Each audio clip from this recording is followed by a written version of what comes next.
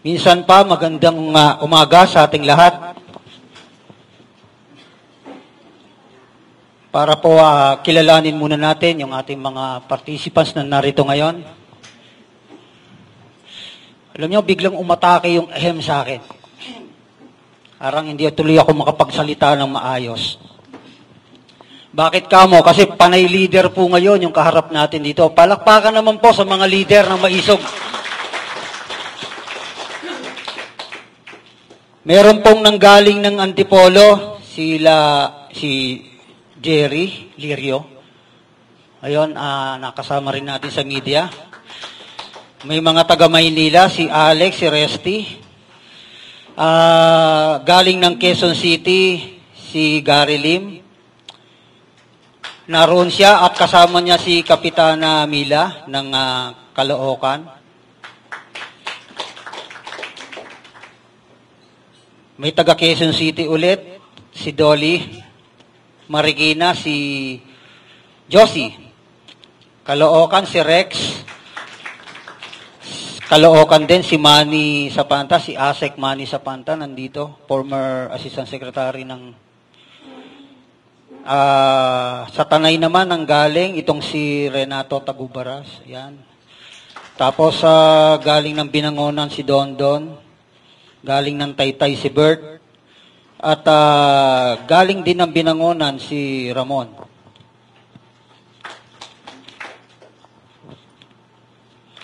Meron pa pala si Ray, yung leader ng Kilusang Pagbabago, Lead Organization Incorporated ng Rizal. Lalawigan ng Rizal. Ayan. Narito din para umagapay sa atin ang ating mga kasamahang maisog na galing pa ng Central Luzon. Andito po si Berdel at si Roland. At Evelyn kaya ito, ng Manila. Hi, magandang umaga. Sige, may karagdagan pa. Narito si Prime na galing ng Antipolo. Ayan, si Roland nga, na galing ng Bataan, nabanggit natin kanina. Nandito rin si Sir Ed Francisco ng si 2G2. Nasaan na ba siya? Ayun. Galing ng Parañaque, Nelson. Si Sir Nelson, okay. Galing ng Cavite, Judea. At galing ng Cavite, Jackie. Kung sino man po yung hindi nakapirma, hindi natin natawag. Ayun. Andito na pala. Former commissioner ng GAB. Si Sir Raul Lagrisola. At sino po kasama natin, Sir Raul? Okay. Okay. Nandyan din si Atty. Tablasa. Okay. Sige, yung hindi pumirma kasi, hindi natin masabi, pero banggitin na natin. Galing po ng Cavite. Ano ba pangalan mo? Eugene. Okay, sige. Palakpakan naman natin yung ating mga kasamahan sa SMNI. Third floor. At saka... Balateros, yan. Banateros?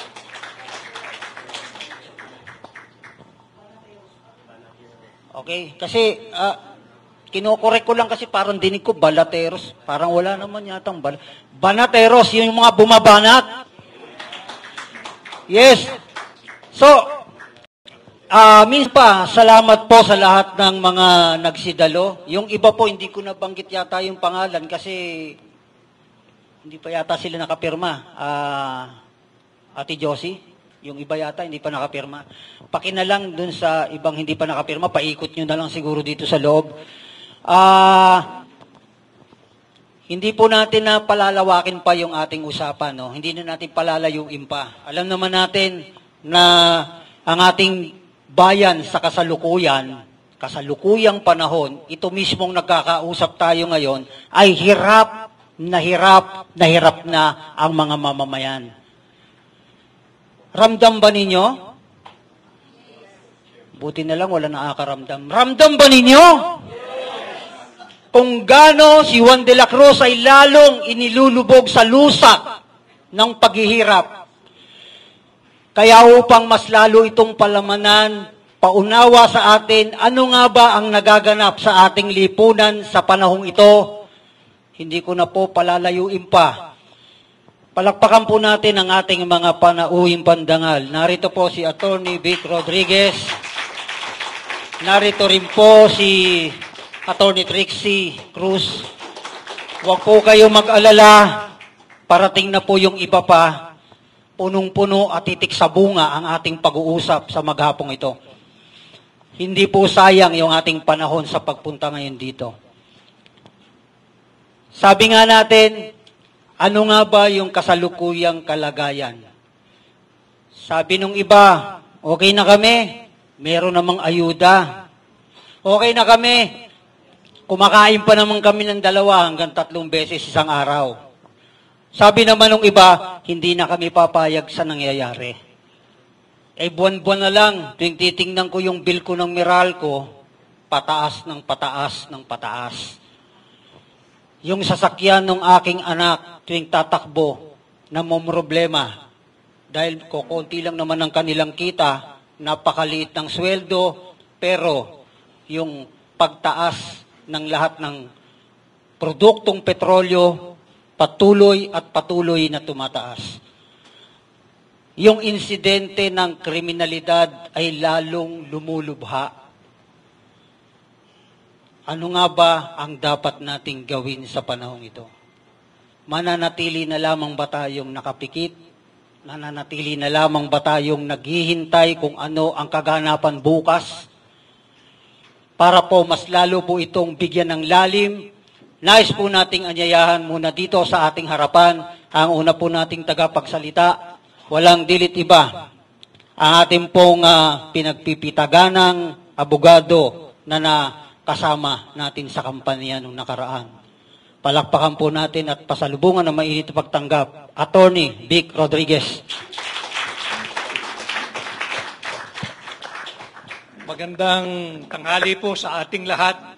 We'll try to make this as informal as possible. So with your indulgence and with your permission, uupo na lang din ho ako para tayo ay mas makapag-usap ng masinsinan. Muli magandang umaga. Tayo ho ay naririto. Maraming salamat sa inyong mainit na pagtanggap sa amin at dito sa Hakbang ng Maisog. Dami kong nakita muli ng mga nakasama ko nung huling kampanya na ngayon ko lang din muli nakita. At masarap talaga kapag wala kang atraso sa tao. Wala kang iniiwasan, hindi ka nangingeme na batiin yung mga nakasalumuha mo dahil wala kang inonse. Wala kang winalanghiya at higit sa lahat, wala kang pag-asa at pangarap na sinira. Wala kang pinaasa. Kaya nagpapasalamat ako, pati si 2G2, na kanina nagkwekwentuhan kami. And andyan din si Doktora, sabi ko nga kanina, kinikilabutan ako na nagkwekwentuhan kami because I always give credit where credit is due. I cannot forget that we had in Marikina, punong-puno yung amphitheater. And yun ay dahil sa tulong-tulong ng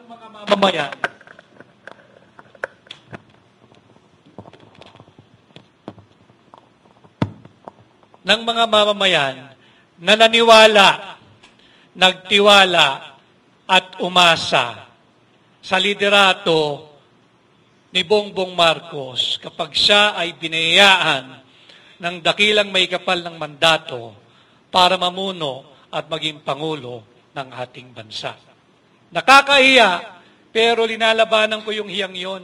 Dahil alam naman ninyo na ako rin ang nakakaharap ninyo at ako rin ang umaharap sa lahat noong mga panahon na alanganin pa ang kanyang tindig bilang kandidato, hindi pa siguradong mananalo. Subalit, it feels good really, sincerely, to be meeting again the wonderful people, the wonderful relationship that I have fostered during the campaign because wala ho akong pagkukulang sa kanila. At alam naman din ninyo lahat kung ano ang naging istorya at kung nasaan ngayon ang ating bansang Pilipinas. Right now, seemingly, we are on the brink of war with our superpower and nuclear-powered neighbor China.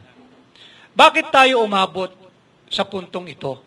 Pag-usapan ho natin yan bilang hakbang ng maisog using our guide post, yung ating core values. Yung transparency, accountability, peace and security. Lideratong may aninaw, pananagutan, kapayapaan at seguridad. Bakit tayo napasok sa gulo na halos makikipagdigma na tayo sa ating kapitbahay na China? If you may please recall, kahit latter part of last year, ang nasa balita, ang nasa pahayagan, ay ang sigalot at friction at ang tensyon sa pagitan ng China at ng Taiwan. Wala ang Pilipinas dyan. Sure, we have an issue with them doon sa South China Sea. Klaruhin ko lang din wala ho sa mapa ang WPS, yung West Philippine Sea. Kahit anong navigational map, ang nakalagay po dyan ay South China Sea. I will not refer to it as West Philippine Sea because sa international law, ang tawag po dyan ng lahat, kahit ng barko, kahit ng eroplano, ay South China Sea. Now, pag tinawag nating South China Sea yan, tayo ba ay nagtatraidor sa Pilipino? Hindi. Tinutuwid lang natin dito sa hakbang na maisog yung mga maling kwento. Wala pong West Philippine Sea. Subukan mo, pag nag-navigate ka ng barko, ilagay mo WPS, ikot ka ng ikot doon, maliligaw ka. Malamang mabangga ka pa ng kapwa mo barko. Subukan mo sa navigational map, sa compass or sa GPS ng eroplano, ilagay mo WPS. Hahanapin niya yun. At malamang nakababa ka na sa destination mo, walang lalabas sa WPS. Okay. Kaya natin pinag-uusapan itong problema ng South China Sea sapagkat kailangan nating pigilan. Kayong lahat ay leaders. At nandyan din yung mga nanonood sa atin sa iba't ibang media platforms, social media platforms. This is the new media. And without them, I don't think lalayo at lalalim ng ganito ang hakbang ng maisog. Kanya, nais ko kayong pasalamatan, yung ating mga nasa social media, yung vloggers, yung SMNI. Dahil kung wala kayo, suppress na yung traditional media. But traditional media, lanaw yan. Dito tayo sa new media. Dito tayo sa social media. Dahil dito, hindi mo kayang pigilan dito. Real time. Lahat tayo pwede maging media. I-upload mo lang naman yan eh. Sabay-sabay, simultaneous. Ito yung malaking kabalintunaan na ginagawa ng pamahalaan. Pinipigil nila ang ating mga rallies dahil ayaw nga nila malaman ng sambayan ng Pilipino ang katotohanan. Balikan natin itong issue sa South China Sea. Pag kayo'y nagbabasa ng pahayagan o nakikinig doon sa media na influence by the Americans, parang mamayang gabi ay magsisimula na ang digmaan kung hindi pa man nagsisimula. Because they're pushing the agenda of the United States. Hindi interes ng Pilipino makipagdigma. Unang-una, hindi pa tayo nakakabangon sa bangungot na dulot ng World War II 80 years ago. Mahirap pa rin tayo. Mahirap pa rin ang Pilipino. Yung nagsasabing mahirap sila noon, hanggang ngayon mahirap sila. Hindi nag-improve ang kanilang kabuhayan considering that yung World War II happened 80 years ago. And here we are today, 2024. Nag-uusap na naman tayo ng digmaan kalaban ang higante, ang superpower at nuclear armed China. Meron ba tayong away sa China? Meron tayong hindi pagkakaunawaan pagdating sa iba't ibang claims dyan sa South China Sea. Pero mas maraming claim ang Vietnam kesa sa Pilipinas. Ang Pilipinas, I think we only have 9. Ang Vietnam, I think they have more than 20. Bakit hindi nakikipag-away ang Vietnam sa China? Ang Japan may claim. Ang Malaysia may claim. Pero walang nagtutulak ng digmaan sa mga ito. Bakit? Sapagkat yung mga leaders ng bansang nabanggit na merong claim din dyan sa South China Sea, malinaw sa kanila na ang kanilang foreign policy ay nakasentro doon sa kanilang tinatawag na national interest. Ang Pilipinas ngayon, isinusulong ang foreign policy, hindi national interest ng Pilipino, kundi ang national interest ng bansang Amerikano. Wala tayong diferensya supposedly with the Americans. Mahal natin yan. Nakipagdigma sa atin yan ng World War II. Nakipaglaban, shoulder to shoulder. Dumanak ang dugo, magkakasabay, Amerikano at Pilipino. Lumaban yan. At salamat sa kanilang tulong. Pero hindi ibig sabihin at hindi dapat mga hulugan na sunod-sunuran ang Pilipino sa Amerikano. Magagaling po tayong mga Pilipino. Kaya kahit na 80 years ago na yung World War II, kahit paano, we're still afloat somehow. Pero hindi bumubuti ang buhay. Ang bumubuti lang ang buhay ay yung mga politikong kupit ng kupit sa kaban ng taong bayan. Itong nangyayari sa South China Sea, hindi natin kayang makipagdigma. Hindi natin kakayanin. At hindi dahil meron akong defeatist attitude, hindi. That is reality. I'm just being realistic. Hindi natin linyada yung gera. Makipag-usap tayo. Nasa payagan, meron daw tayong sundalo na naagrabyado at naputulan ng daliri. Talaga namang dapat kundinahin kung anuman ang ginawa ng tropa ng China, whether that is the China militia or the Chinese Coast Guard. Kung ano man yan, hindi dapat yung ginawa sapagkat minasaktan ng Pilipino. Kaya lang kung titingnan natin mabuti, ano ba story ng ng South China Sea na yan? Bakit ba nawala sa atin yung Scarborough Shoal? Ito yung isang inconvenient truth na itinatago sa atin ng Amerikano. Nawala sa atin yung Scarborough Shoal nung panahon ni Noynoy Aquino. Nung nagpadala siya ng gray ship o yung tinatawag nating Navy ship. Yan, kahit yung pinagbibida nila na desisyon ng tribunal, sinabi na yung lugar na yan ay traditional fishing grounds na mga claimants. Kasama na Taiwan, kasama na Vietnam, Malaysia, Pilipinas, China. Traditional fishing ground. Meaning, panahon pa ni Mahoma, nangingisda na yung mga bansang yan dyan. So, wag natin pasukan, wag nating imilitarize. Minilitarize nung panahon ni Noynoy Aquino. Nagkaroon ng standoff. Na uto-uto ng Amerikano si dating Pangulong Noynoy Aquino. Tinatago nila ito dahil bulilyaso Ang payo sa kanila ng White House, sabayang pag-atras ng mga gray ship, ng Navy ship. Na ang katotohanan, hindi pa inaaprubahan ng Beijing, ng China. So, inuto-uto yung ating gobyerno na nagpauto naman.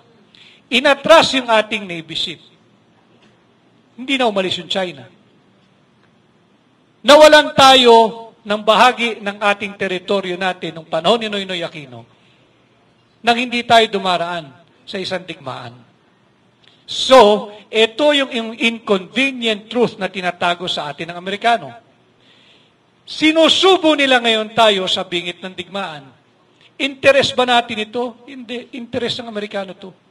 They want to remain they want to remain the only influence dito sa Indo-Pacific region. Natatakot sila sa China. Gusto nilang mapanatili ang kanilang impluensya dito sa bahagi na ito ng mundo. Wala naman silang nasasakupan dito. Wala naman silang teritoryo dito. Wala silang claim dito. Dapat tayo, ang isinusulong natin, yung daan ng diplomasya. Makipag-usap tayo. Yung nangyari sa ating sundalo na naputulon ng daliri, talaga naman, we have to condemn that. Kaya lang, bakit tayo umabot sa ganun? Tayo ba ang prinobok o tayo ang nagpo-provoke? Dapat maghihinahon tayo. Pag-aralan natin mabuti, wag natin sundin yung naratibo ng Amerikano. Maniwala ho kayo, pagka sumiklab ang digmaan between China and the Philippines, hindi tayo tutulungan ng Amerikano. Bibigyan tayo ng armas niyan, pero bahala kayo sa buhay nyo. Have we not learned sa mga ginawa nilang ganyan at sa mga sinira at ginulo nilang bansa? Naririnig ko yung Ukraine. Bigay sila ng bigay ng armas. Nauupos na nga, mahigit kalahating milyong Ukrainians na ang namamatay. Huwag na natin pag-usapan yung edad. Ang daming bata na ang namatay. At marami pa ang mamamatay. Yan ba ang gusto natin mangyari sa Pilipinas? Handa ba tayo makipagdigma at mamatayan ng milyon-milyong Pilipino? Yung sundalong na disgrasya, ginagamit lang silang laruan. Ginagamit lang silang pawn ng nagpapagamit na administrasyon sa mga Amerikano. O ngayon, may nasaktang Pilipino. Anong gagawin ng gobyerno? Umabot na tayo sa sukdulan. Anong gagawin ng gobyerno? Magdedeklara sila ng giyera? Magsasalita na kinukundina ang China. Ilang beses yun ang kinundina. Ang problema, yung mga nagtatapang-tapangan na sa loob lang ng air-conditioned offices nila. Utos lang ng utos. Ang kawawa yung mga sundalo natin na nasa front line. Madali mag-utos when you're 1,000 kilometers away from the scene of the action. Why don't they go there? Why don't they board the vessel, whether it be a civilian vessel or the Navy vessel? Sila ang mamuno. Lumabas sila sa comfort of their air-conditioned offices, sila mamuno. Nung resupply and rotation mission, sila mamuno. Hindi ko sinasabing hindi natin dapat bigyan ng supply yung nandoon sa BRP Sierra Madre. Dapat natin, tao yun, atin yun, Pilipino yun. Pero hindi tayo dapat makipagkiskisan sa bansang China. Hindi natin kaya. Huwag tayong magpauto-uto sa interes ng Amerikano. Bibitawan tayo niyan. Bakit ba naging popular yung salitang I shall return? Ibig sabihin, hindi tayo priority. Tatapusin ko muna yung digmaan doon sa Europa. Babalikan kita. Bala muna kayo dyan. It's popular. Kasi ganun talaga eh. Kung sino yung nagtagumpay, siya ang susulat ng kasaysayan. So, naging popular yung I shall return. Bakit mo muna kami iniwan? Hinuli mo kami. Noong nagkamatayan na, yung higit kumulang 1 milyong Pilipino, noong World War II, tsaka ka bumalik. Is it because Europe is more important than the Philippines? Yun ang dapat nating pag-isipan. Huwag tayong papayag. Kaya rin nandirito ang hakbang ng maisog. Because they are violating the Constitution. Article 2, Section 2 of the Constitution is very explicit that the Philippines renounces war as an instrument of foreign policy. Sa ating saligang batas, walang puwang ang digmaan. And yet, yan ang itinutulak ng ating pamahalaan. Is not that a violation of our Constitution? Article 2, Section 7, that the Philippines shall pursue an independent foreign policy, not an American-dictated foreign policy, taking into consideration national territory, ating sovereign territory, ang ating sariling pagkakalinlan. Malinaw ho sa saligang batas yan. Kaninong interes na ba ang isinusulong ng gobyerno? Interes pa ba yan ng Pilipino o ng ating mga kaibigan at alyado, our oldest treaty ally, ang Estados Unidos? I have my siblings in America. May mga kapatid ho ako ron. And America has been very good to them. Walang debate ron. I've been to New York. At doon, malaya tayong nakapagpahayag noong Independence Day celebration kasamang ating mga kababayan. Subalit, ibang usapan na. Pagsisirain mo na yung bansa natin, pagsisirain mo na yung Pilipinas, pagdadalin mo na yung Pilipinas sa digmaan. Maraming mamamatay, hindi tayo handa ron. Ngayon, yung mga ayaw, pakinggan yung ating panawagan na no to war, bakit hindi sila mauna? At sila yung nandoon sa frontline. Kesa yung mga kaawa-awa nating sundalo, ang nagagamit, baka mamatay pa yan, ang napuputulan ng daliri. Of course, iba rin naman ang disiplina ng sundalo. Susunod lang yan, bawal magsalita yan, bawal magreklamo. But still, you cannot play and you do not toy around with the lives of any Filipino. Huwag nating paglaruan. Hindi tayo handa. Imagine ninyo yung Ukraine. Imagine din ninyo yung digmaan ng Israel at Hamas. Pag dumating yung panahon na pinipigilan ng hakbang ng maisog, itong ating no to war advocacy, mas madali nating mapigilan kung pakikinggan tayo ng pamahalaan. Mas mahirap pigilan ang isang digmaang nagsimula na. Kasi papasok na dyan yung amor. Papasok na dyan yung sino tama't mali. Papasok na dyan yung distraction. Papasok na dyan yung mga namatayan. Mas mahirap mong awatin yun. Kaya tayong mga Pilipino ngayon dapat magbigkis-bigkis at pigilan natin na mapunta tayo doon sa direksyon ng administrasyon ni Bongbong Marcos na magkaroon ng armadong sigalot laban sa China. Hindi inosente China. Marami silang pagkakamali, pero hindi gera ang sagot. There is only one avenue left. E yan yung diplomatikong solusyon. Baka may magsasabi, ikaw naman panay ka diplomatiko, takot ka ba? Di ako takot. Kaya lang, kaya ba natin makipagdigmaan?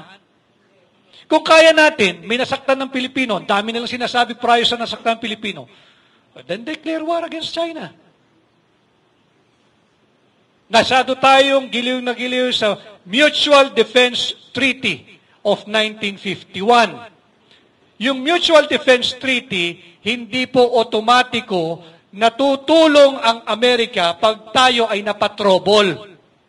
Yan ay dadaan sa kanilang kongreso. At yung kanilang kongreso magdedesisyon. Should we support the Philippines and let the MDT, the 1951 Mutual Defense Treaty, take into effect and support the Philippines, send troops, send weapons, send missiles, send whatever. Hindi po otomatiko yun.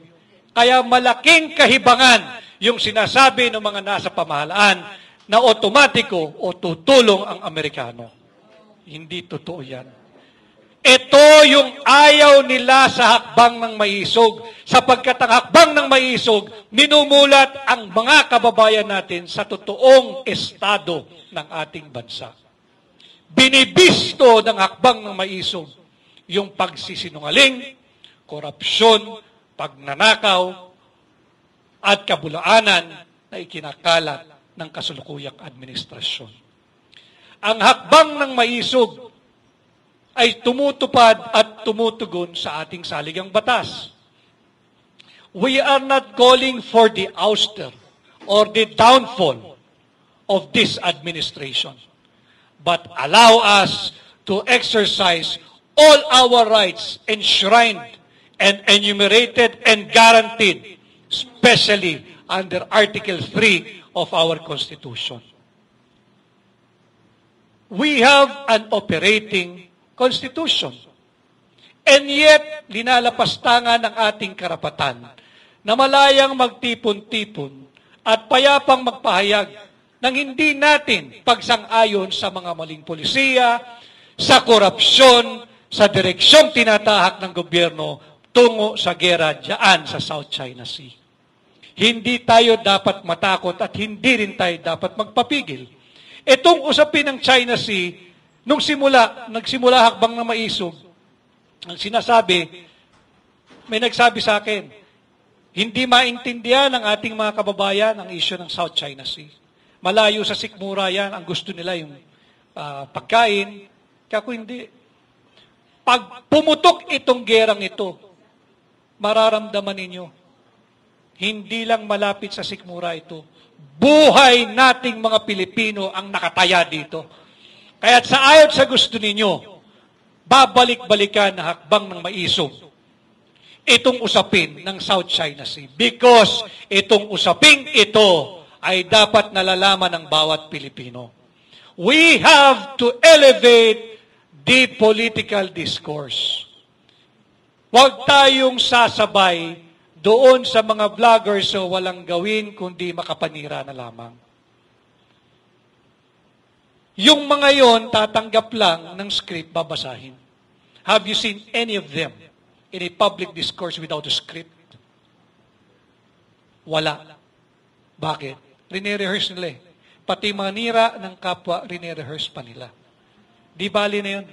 Iwan natin yun. Mas importante yung higit na nakararaming Pilipino. Kaya ako, painstakingly, sinisinsin ko, pinapaliwanag ko sa inyo. Hindi malayo sa sikmura ito. Buhay natin ang nakataya dito. And trust me, mga kababayan, mas madaling pigilan ang gerang magaganap pa lamang kesa sa isang gerang sumabog na. Hindi natin mapipigilan. Huwag tayong umabot sa puntong yun. And it is important for you to know, dahil sabi ko nga nung aking mensahe doon sa Angeles nung nakaraang Lunes, ang hakbang ng maisog is not just here to ignite your passion. We are here to inform you of the real issues that are besetting the nation. Because igniting your passion is not equal to patriotism. No! Malaking pagkukulang sa akin yun. At least I can speak for myself, but I think I can also speak on behalf of Hakbang na Maisog. Hindi namin pwedeng gasolinahan lang yung inyong nag-aalab na damdamin. Nang hindi sinasabi sa inyo yung mga totoong issues na dapat nating harapin at kalampagin ng gobyerno. Linalapastangan nila ang ating saligang batas. Malinaw din sa Article 13, Section 16 ng ating saligang batas. Ang karapatan, kayo, ang right ng mga tao at ng kanyang organization to an effective and reasonable participation at all levels of social, political, and economic decision-making shall not be abridged. Hindi pwedeng sila-sila lang kung anong mabuti para sa kanila. Tapos gagalawin pa nila yung saligang batas. Ang daming violations na ang ginagawa nila considering na buhay ang ating saligang batas. Sinisikil nga yung ating karapatan eh. Ginigipit nga ang kanilang kritiko. Yung mga dissenter, yung tinatrato nilang political inconvenience. Sinisikil nila. Meron pa tayong konstitusyon yan. Huwag ho kayong maniwala na gagalawin lang nila yung economic provisions dahil yun daw ang dahilan kung bakit mahirap pa rin ang Pilipinas. Yan ay malaking kasinungalingan. Mahirap ang Pilipinas dahil sa korupsyon ng mga magnanakaw na politiko. Itigil ninyo ang inyong korupsyon na binubusog na yung inyong mga bulsa. Ibalik ninyo ang pera sa kaban ng bayan at implement ninyo ng tama yung kakaparanggot na pera ng Pilipino. Transparency and accountability. Hanggang ngayon, hindi nila inaharap. Yung sinisigaw natin dito sa Hakbang ng Maisog, bakit ninyo tinatago sa taong bayan yung 800 billion unprogrammed funds? Nakita ko si Joey, siya nagpauso nitong hindi mo pera yan. Hindi nyo pera yan. Imagine ninyo mga kababayan, yung 800 billion pesos. Gaano kahabang kalsada yan kung hindi nila ninanakaw? Yung traffic sa Metro Manila, dahil kakulangan na ng kalsada. Sinasabi may right-of-way issue, walang budget. Imaginein ho ninyo kung ilang kilometro, ilang daang kilometro, yung 800 billion pesos na unprogrammed funds o sinasabing Presidential Pork Barrel Fund. Gaano kahaba yun? Yung 800 billion na yan, ilang tulay ang kayang buuin yan para hindi na tumatawid sa ilog o kaya sa dagat yung mga kababayan natin na malalayo yung lugar ng kanilang bayan o ng kanilang mga isla. Saan napupunta? Sa bulsa ng korap na politiko. Then again, the problem is not the Constitution. The problem is their graft and corruption. Yan ang problema noon at higit na lumalala ngayon. Huwag tayong papayag na galawin nila ang ating saligang batas. Huwag tayong maniwala na pagka ginalaw yung economic provision, yayaman na ang Pilipinas. Ito ho yung mensaheng sinabi ko sa ating mga kababayan sa Hong Kong, Macau at China. Kahit sinong mangangampanya for charter change at sasabihin, economic provisions lang ang gagawin para yumaman na ang Pilipinas. Yung mga kababayan nating OFW ron, ito hamon ko sa kanila. Kapag kami nagpunta ditong politiko, when I was in Hong Kong, at yan ang linya, tanongin ninyo, halimbawa magpauto kami sa iyo, congressman, or senator, or kung ano man, at sabihin namin, sige, charter change kami, economic provision lang, para yayaman ang Pilipinas. Tanungin nyo kung sino mga kampanya dyan, kahit dito sa Pilipinas. Pag pinagbigyan namin yung hilig nyo, yung kapritsyo nyo, in 5 years, uuwi na ba yung mga kababayan nating OFW sa Hong Kong? Dahil pwede na silang bumalik dito, manatili rito, at hindi na sila magiging OFW. Pag kaya nilang sagutin yan, nang nakatingin sa inyong mata, at sasabing, oo, in 5 years, pabalikin mo na yung mga OFW, hindi na kayo kinakailangan mga ibang bayan sapagkat mayaman na ang Pilipinas. Hindi nila kayo sasagutin ng oo. Dahil ito ay isa sa maraming kabalintunaang ikinakalat ng kasalukuyang administrasyon. And I'm here, hakbang na maisog, I've helped this administration come to life. Alam ninyo yan. I've worked so hard, I've devoted much of my many good years of my life to bring this administration to where it is now. Kaya ako nagsasalita dahil nahihiya ako sa mga kagaya ninyo na nakaharap ko at naniwala na merong pagbabago pag nanalo si Bongbong Marcos. Yan ang masakit na katotohanan na araw-araw ng buhay ko kinakailangan kong harapin. Pero hindi ako nahihiya dahil pinilit ko. All the time that I was there, I fought for you. Pinaglaban ko yung vision na gusto natin.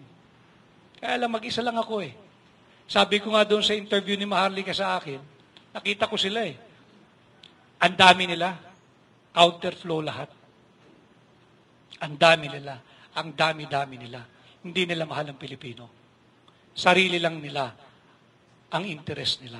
Huwag tayong pumayag.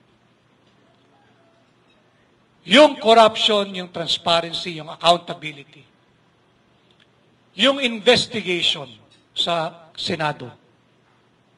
Bakit yung pagsiserve ng warrant of arrest sa isang akusado sa Davao, kinakailangan ng 2 batalyon? Isang tao lang ang hinahanap mo. Sabihin mo ng 5, kasama yung ibang akusado. Pero itong taong ito at yung mga kasama niya, pati yung kanyang religious group, ay hindi kilalang bayolente. Bakit kailangan mong dalahan ng 2 batalyon? Sapagkat gusto mong magbigay ng mensahe sa lahat ng kritiko mo, ito ang aabuti mo pagka hindi ka tumigil ng kakabatikos sa mga maling polisiya ng kasalukuyang administrasyon. Pananakot yun eh. Pananakot yun. Tinatapakan nila yung ating karapatan, huwag tayong pumayag. Yung hakbang ng Maisog Rally, pinipigil nila. Akala ko ba linalangaw? Kung linalangaw, hayaan mo. Ibig sabihin, walang bisa. Ibig sabihin, walang epekto. Ibig sabihin, hindi sinusundan ng tao. Pinipigil mo Ibig sabihin, alam mo na ang tao dahan-dahan ay namumulat at ang Pilipino ay mulat na. Hindi na magpapabudol muli. Yan din ho ang ating mensahe sa inyo. Yung ating security, nag-iimbestiga yung isang komite sa Senado tungkol doon sa PIDEA leaks. At yung sinasabi nilang biggest drug haul in the history of Philippine drug enforcement. Ano na nangyari? Yung taong dahilan kung bakit nagkaroon ng investigation, dahil siya mismo yung sumulat at nagboluntaryo na wala akong kinalaman dyan sa leak na yan, I'm willing to face any investigation. Yun pa ang kinulong. Samantalang yung iprinesentang video na nagbabanggit ng mga pangalan na tinatangka o pagtatangka ang patahimikin at alukin ng kung anuman, pera, posisyon o kung anuman, yung taong nagtetestigo, hindi pinatatawag. Bakit hindi yun imbestigahan? Bakit hindi ituloy yung investigation at ipatawag mo yung mga pangalang binanggit? Kung talagang parehas ang gobyernong ito. Yung nakabinbin na investigation sa agricultural smuggling sa House of Representatives, ang dami-dami nila yung investigasyon gustong gawin. Bakit yung investigation sa agricultural smuggling ay itinigil? Hanggang ngayon nakatiwangwang. Dahil ba yung pangalang Michael Ma ay malapit sa palasyo? Nasaan ang hustisya? Dahil ba yung pangalang nabanggit doon sa videong prinisenta sa Senado doon sa investigation ng PIDEA, yung James Kumar, ay dahil ba malalapit sa malalaking politiko? Nasaan ang hustisya? Hindi ko sinasabing sila'y guilty. Pero kung hindi sila guilty, marapat lalo na bigyan mo sila ng due process, ipatawag mo, tanungin mo, at hayaan mo silang magpaliwanag kung ano yung partisipasyon nila, bakit nababanggit ang kanilang pangalan. Hindi lahat ng nangyayari sa bansa isisisi mo sa dating administrasyon kay Pangulong Duterte. Yung problema ng South China Sea, nagsimula nung panahon ni Noynoy Aquino. Nung nagpauto tayo diyan sa mga Amerikano. Nung sinasabing sabayang withdrawal ng ating gray ship, wala naman pala. Hindi interes ng Estados Unidos na magkaroon ng stability ang relasyon ng Pilipinas at China. Bakit? Magiging irrelevant sila in this part of the world. Natatakot silang palitan sila ng China pagdating sa impluensya dito sa sphere, dito sa bahagi ito ng mundo. Bakit hindi ninyo hayaan ang Pilipino na pumili ng kanyang sariling foreign policy? Huwag nyo kaming diktahan, hindi nyo na kami kolonya, hindi nyo kami pag-aari, at hindi nyo kami tau-tauhan. At yan ang dapat na sinusunod din ng pamahalaan. And again, kita ko na yung mga iba pang magsasalita, ang pakiusap ko lang sa inyo, alam kong nakakapagod itong ginagawa natin. Kaya lang, walang magmamalasakit sa Pilipino, kundi tayo na nagsasabi, magkakasama, nagmamalasakit sa isa't isa. Yung mga kababayan natin sa ibang bansa na nakaharap ko, China, Macau, Hong Kong, New York, sa USA, at sa Japan, sila ay kaisa natin. Sila'y nalulungkot. They want to participate and be with us physically, personally. But may mga trabaho sila. Kaya nga sila naging OFW. Walang opportunity rito. Walang opportunity sa Pilipinas. Bakit naman nila hayaang ma-assign sila 2 years, 3 years, 5 years? Kahiwalay sa kanilang asawa, sa mga anak. Kung may pagkakataon ditong kumita ng marangal. Kung mayroong opportunity dito magtrabaho. Sila ay kaisa natin. Sila ay kaisa natin. At yun din ang hinihingi nila. Kung sila sa ibang bansa ay nagsasalita na, tayo rin ay magsimulang magbuklod-buklod, magsalita. We are not calling for the downfall of this administration. Ang hinihingi natin, matuto kayong makinig sa boses ng soberanya. Huwag sa boses ng iilan, lalo pa ng iilang pamilya. Hindi interes ng Pilipino yung pa-champagne-champagne tayo, pa-kabyar-kabyar, pa-buffet-buffet. Ang interes lang ng Pilipino, maitawid yung isang buong araw na nakakakain ng 3 beses isang araw. Mahirap bang intindihin yun? Ang interes ng Pilipino ay mapaaral ang kanilang mga anak, hoping that pag napag-graduate nila yung kanilang mga anak, yung mga anak nila ay magkakatrabaho at mag-aahon sa kanila sa hirap. Yan ang interes ng Pilipino, hindi ang digmaan sa ating kapitbahay na China. Kailangan malinaw sa ating lahat yan. Ang interes ng Pilipino ay tunay na pagbabago, hindi pansamantalang aliw, dala ng ayuda. Dala ng akap. Dala ng suhol. Pera ng Pilipino yan. Huwag mong ipamuka sa recipient na kaya kita binibigyan ng 5,000 galing sa bulsa ko yan. Pera ng Pilipino yan. At mga kababayan, yung binibigay nilang ayuda, kakapiranggot lang yan sa 800 billion pesos na itinatago nila sa atin. Tatandaan ninyo, 800 billion pesos. 5.700 trillion ang budget natin ngayon. Next year daw ay 6.2 trillion. Magkakano na naman ang nanakawin nila? Nasa sa inyong kamay, mga kababayan, hanggang kailan nyo gusto ganito estado natin? Ayaw nyo bang umunlad? Hindi lang ang inyong pamumuhay, kundi ang ating bansa. Ayaw nyo bang yumaman ang ating ekonomiya, hindi lang yung ating mga kanya-kanyang hanap buhay? Ayaw nyo ba na yung mga anak natin at yung darating pang salinlahi, mararamdaman din yung nararamdaman ng ating mga kapitbahay sa Japan, sa Hong Kong, sa Singapore, pati na sa Amerika? Ayaw pa natin yun. Ayaw pa natin yung payapa na yung ating mga lansangan. At ayaw ba nating matigil na itong drug proliferation at drug addiction? Maraming kasinungalingang ginagawa ang pamahalaan. And I think, nagsalita na rin, kahapon, naglabas ng pahayag, ang pangalawang Pangulo, si VP Inday Sara, at siya ay humakbang ng maisog. Ito ay leadership by example. Nagbitiw bilang Secretary ng DepEd. She made the supreme sacrifice. At siguro naman,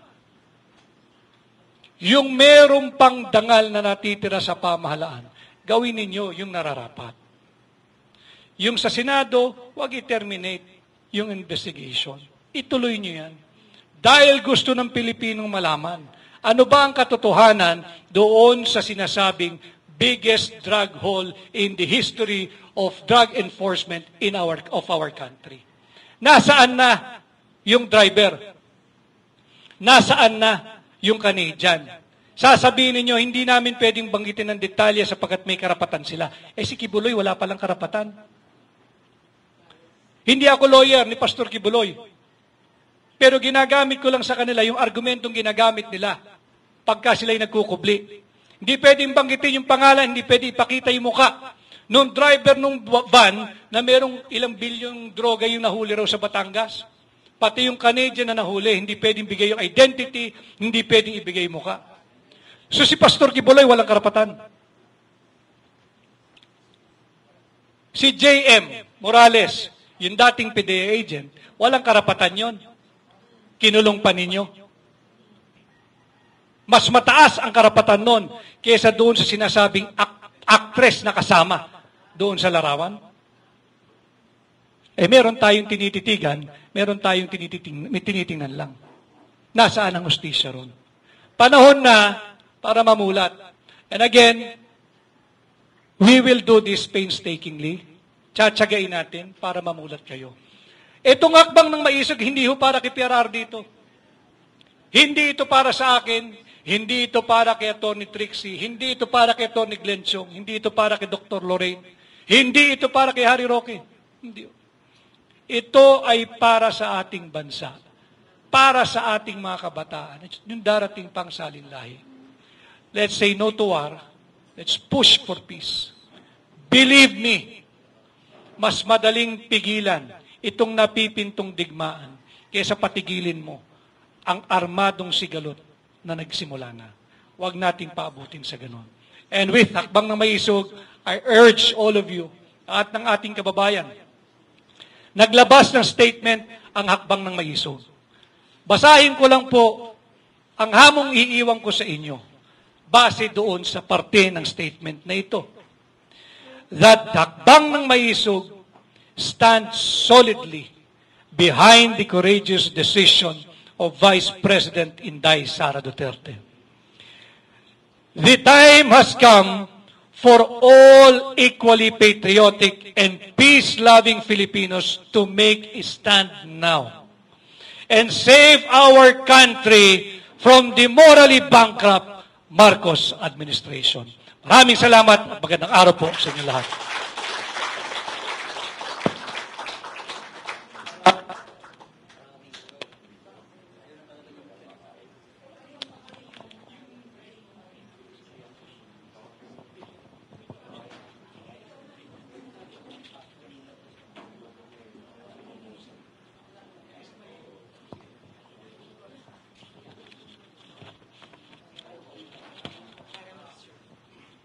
Hello. Ayan, maraming salamat, Atty. Vic.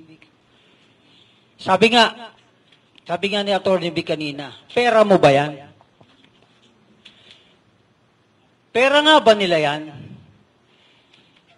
Nakakatikim naman tayo ng mumo, okay na ba sa inyo yun? Okay na ba sa inyo yung binibigyan kayo ng ayuda na nakakaperanggot? Pagkatapos napakalaki ng kapalit? Okay na ba sa atin yan? Salamat sa isang sumagot. Okay na ba sa atin yan? Ayun, may sumagot na.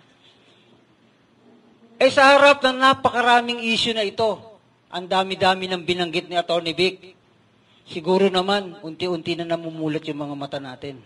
Unti-unti na nabubukas yung mga tainga natin. Hindi na natin muna pansamantala, no? Sabi kasi, dalawa-dalawa yung sinasabing request. Yung isa, baka pwedeng agaran mag-open forum na. Yung isa naman ay pakainin na tayo. Pwede bang mag-request sa inyo? Buksan muna natin yung hapag para doon sa open forum, sa press con, bago po tayo mag-open forum at habang kumakain tayo. Okay lang po ba yon? Sasabay natin sa open forum yung ating pagkain. Okay lang ba yon? Kaya pang tiisin? Total, nagkape naman yata tayo kanina eh. Anyway, bago po tayo pumunta doon sa ating sinasabing press conference, ina-acknowledge po muna natin. Sabi ko sa inyo, marami tayong battery of speakers sa araw na ito. Ina-acknowledge po natin ang pagbibigay sa atin ng panahon ng isa po sa ating mga kaibigan na lumalaban para sa ating bayan. Palakpakan natin ang ating pong isang kaibigan, ang tunay na maisog, Atty. Glenn Chong. At hindi po dyan natatapos ang bilang ng ating mga tagapagsalita. Narito rin po ang isang magiting. Sabi kanina ni Atty. Vic, nakulong. Ito po nakulong para sa bayan. Palakpakan po natin, Dr. Lorraine Badoy. Ito na po kayo, ma'am. At dahil narito na po yung ating mga tagapagsalita, buksan po natin ngayon yung ating hapag para sa ating pong press conference.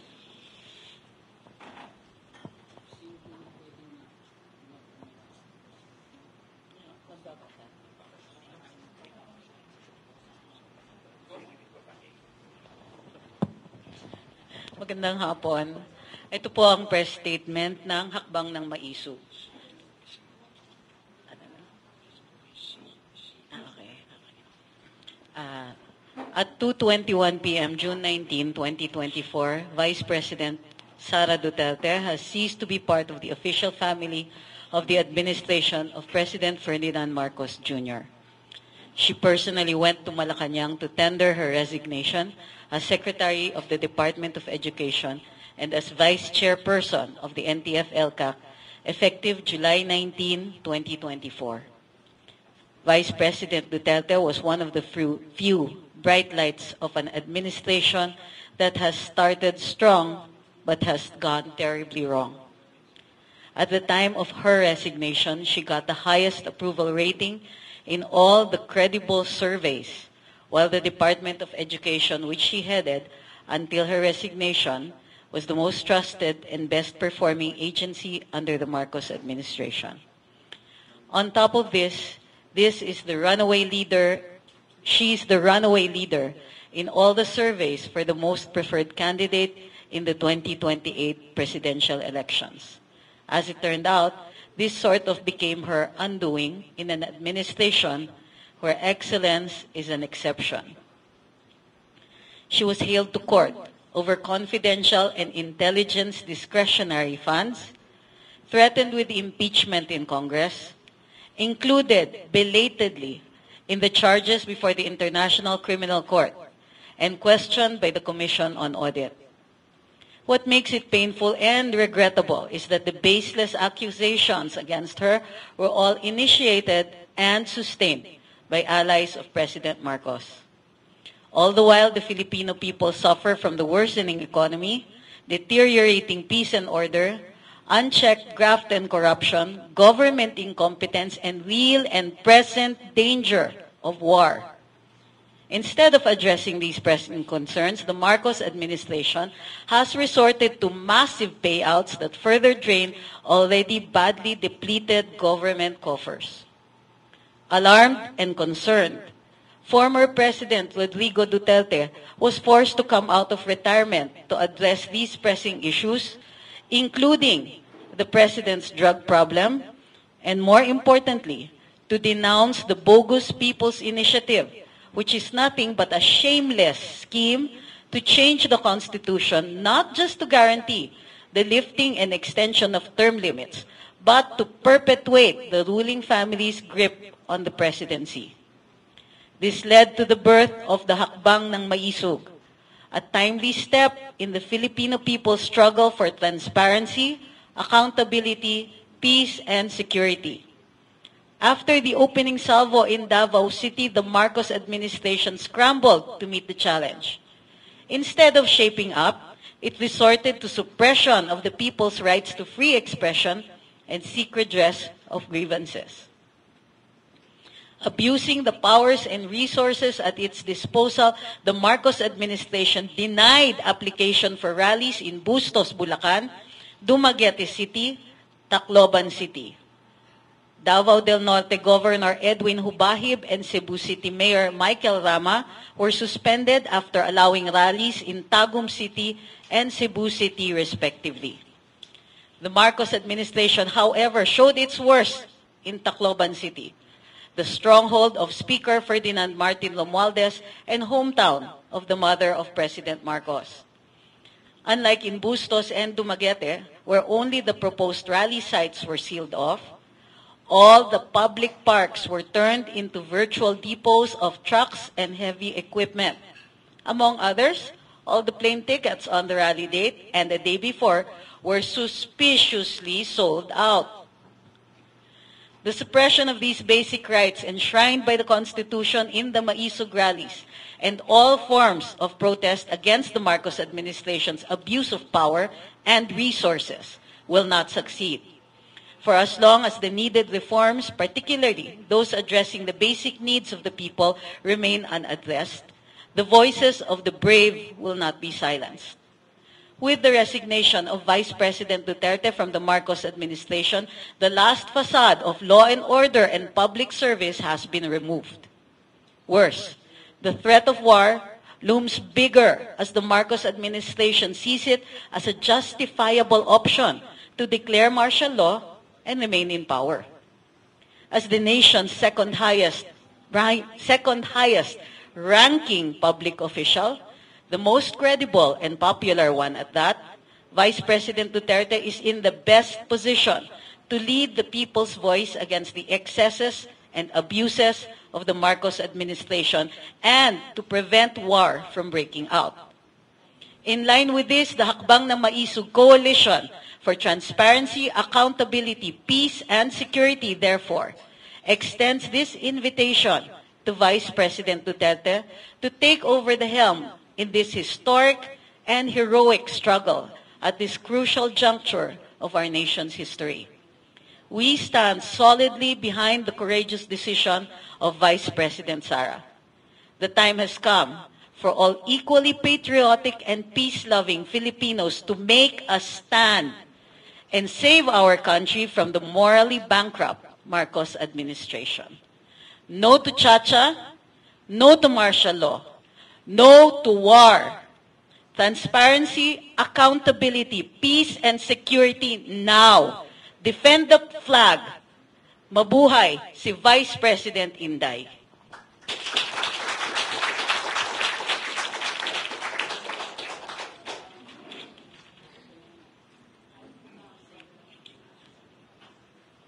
Hello. Hindi po tayo mag-entertain ng mga tanong mula sa ating mga kasama na sa media dito po sa pulong.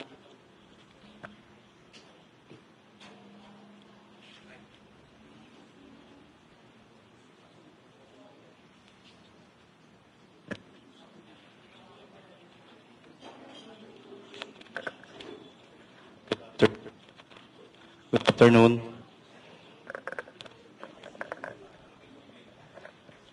Good afternoon po.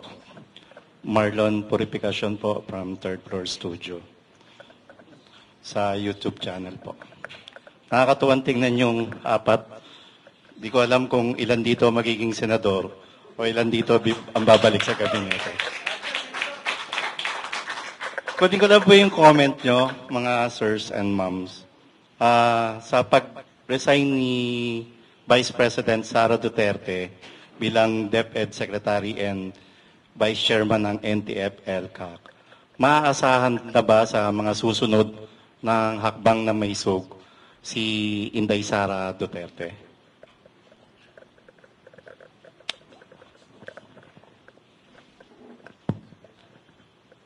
I think, Marlon, you just have to refer to the press statement of the Hakbang na Maisog.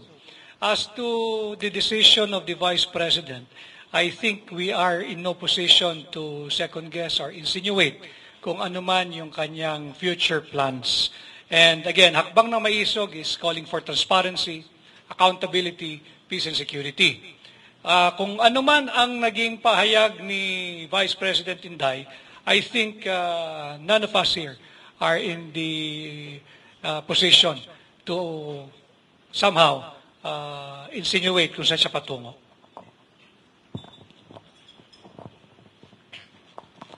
In addition po doon sa sinabi ni Attorney Vic Rodriguez, I'll be very frank. This incumbent, the one sitting in Malacanang, is not legitimately elected. I stand by my accusations na minanipula nila yung election system. Therefore, yung pag-alis ni Vice President Sara Duterte is the right move because for me, I don't want her, yung legitimacy ng kanyang election will give also a semblance of legitimacy dito sa kay Marcos. I maintain Marcos manipulated his election results. And that's what I'm talking about. That's what I'm going to talk about after. Mamaya.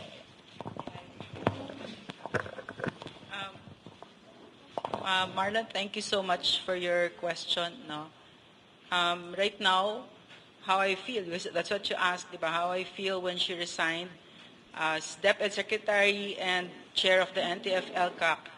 My heart is filled with nothing but love and gratitude for our Vice President.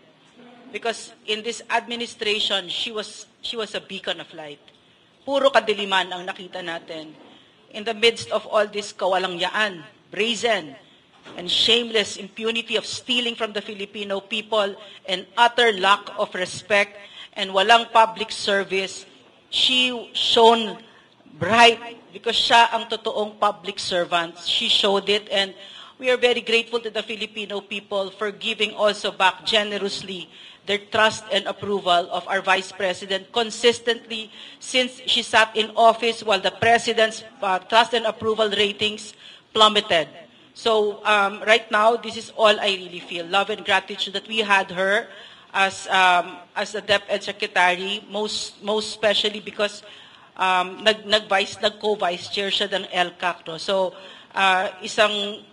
isang public servant na napakaliwanag kung saan siya nakatayo pagdating sa CPP, NPA, NDF, hindi siya nag-waiver, walang politika-politika, at sinubukang bahiran ang kanyang dangal, no, ng katiwalian daw, pero hindi dumidikit talaga kasi hindi siya magnanakaw katulad nila. So ako nagpapasalamat lang na meron tayong ganong klaseng Vice President at a time of turmoil and darkness in our country's chapter right now. So that's it. Thank you, Mario. Hello. Okay, thank you very much po. Bago ko po i-proceed po ulit yung question, may I invite the regional conveners for NCR, Mr. Ricky Soto and Sir Manny Zapanta. Okay po. So next po, from third floor. Follow up lang. Nung nakaraang hakbang ng Maysog, kinall out ni Mayor Baste si Senator Bongo. May ganitong klaseng sentimiento rin ba ang mga convener ng hakbang ng Maysog?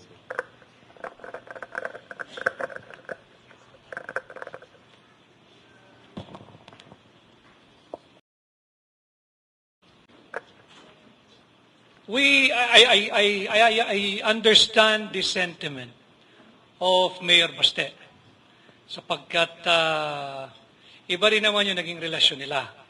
So for me, I think wala naman akong karapatang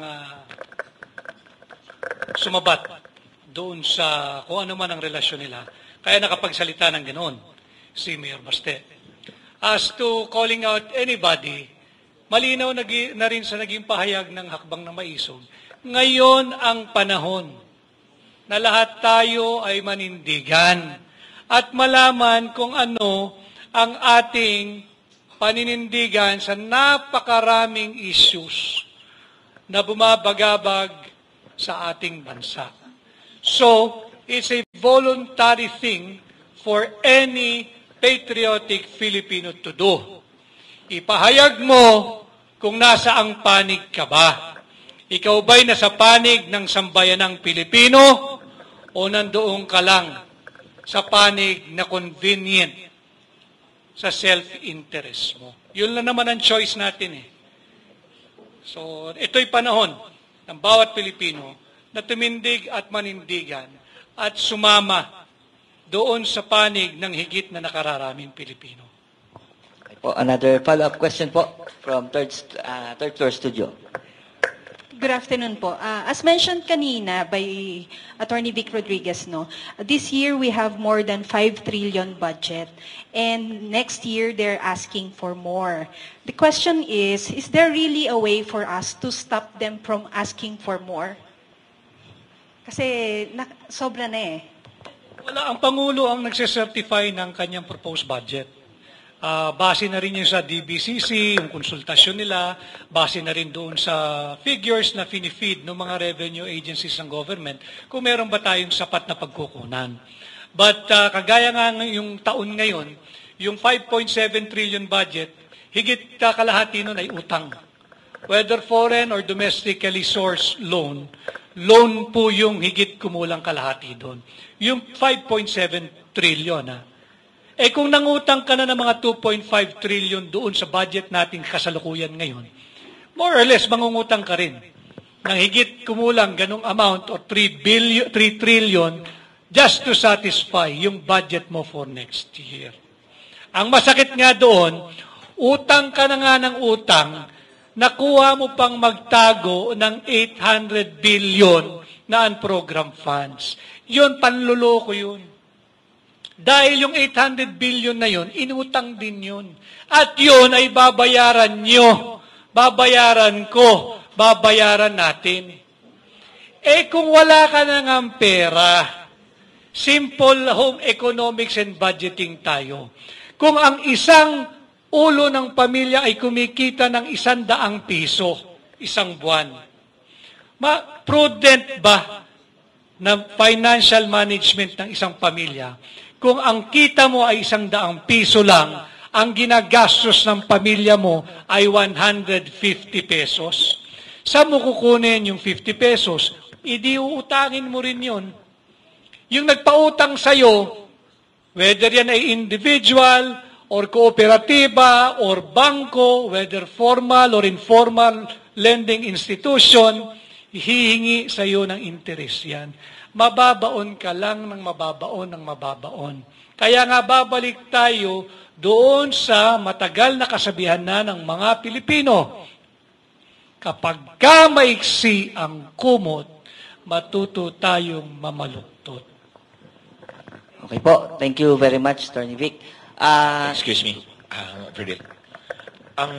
Yung tanong po ni Ate Pam is, if we can stop them from asking for more, I think they're going to increase by about 600 billion pesos. No, 600 billion kasi 5.7 to 6.3. Yung budget po natin, nagsisimula po yan sa National Expenditure Program. Ang National Expenditure Program, ang nagde-draft po niyan ay ang Executive Department. So, ang DBM, yes, ang DBM ang nagde-draft niyan. So, kung gusto nilang magnakaw, doon na ipapasok nila doon pa lang sa National Expenditure Program. So, kung alin sila, aling pondo ang gusto nilang nakawin. So, nakalatag na yan. The National Expenditure Program, ganito yan kakapal. Tapos ipapasa yan doon sa House of Representatives. Doon naman sila Tambayuda, si Tambalusos namimigay ng ayuda, si Tambayuda,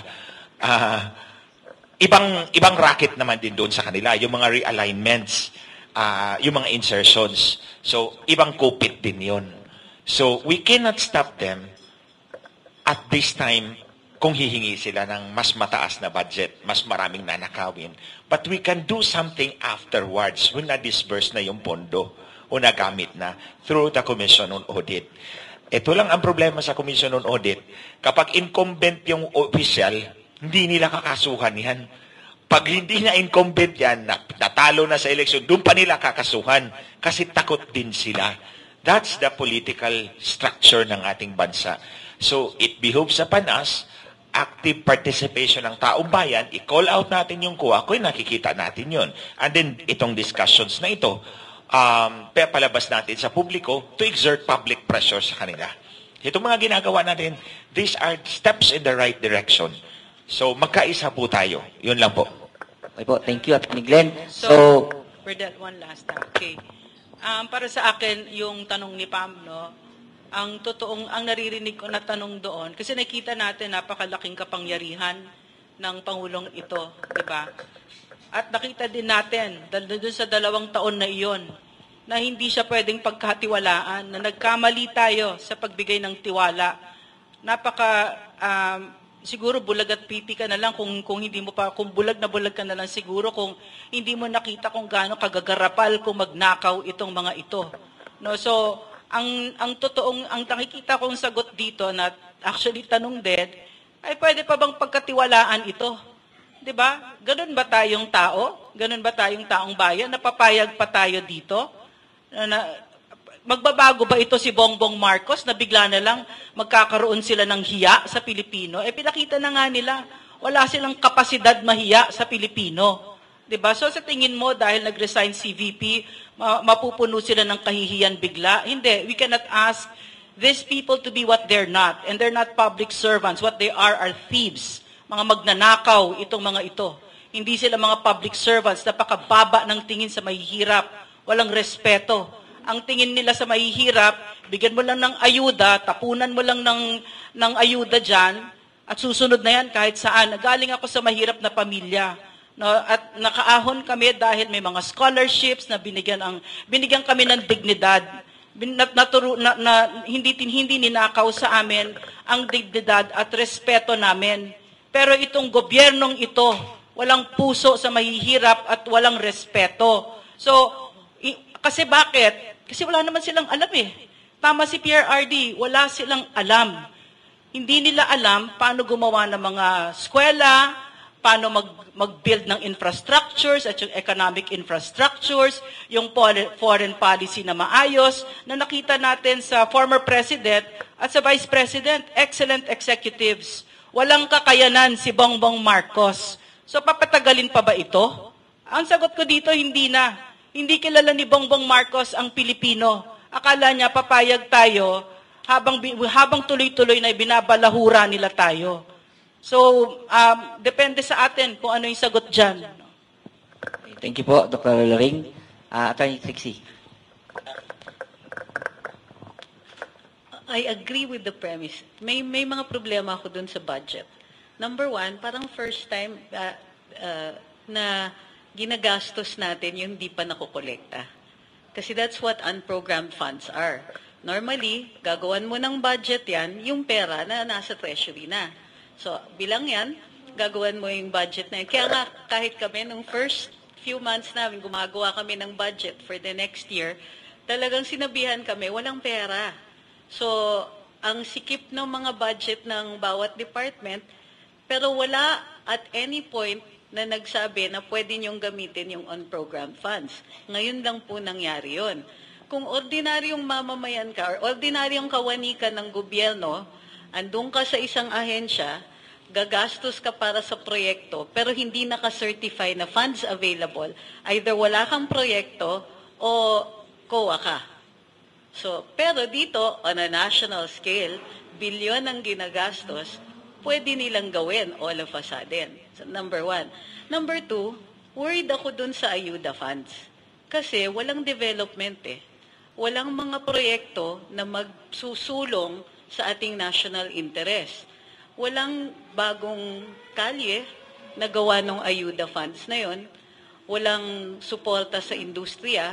At pinaka-significant sa lahat, walang suporta sa agrikultura. Ang nakakainis dyan, in-announce pa ng kalihim ng agrikultura na 2 billion lang ang kailangan para ayusin ang supply and logistics system. Maumpisahan man lang. Ilan ang nilaan natin para sa ayuda? 500 billion.